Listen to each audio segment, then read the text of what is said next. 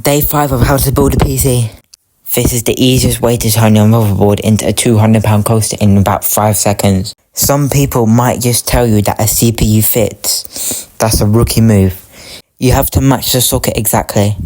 If you're on AMD, it's AM4 or AM5. Intel is LGA 1700 or the new 1851. If the pins don't match, do not force it in, or you're looking at a very expensive paperweight. Even if it fits, your chipset still matters.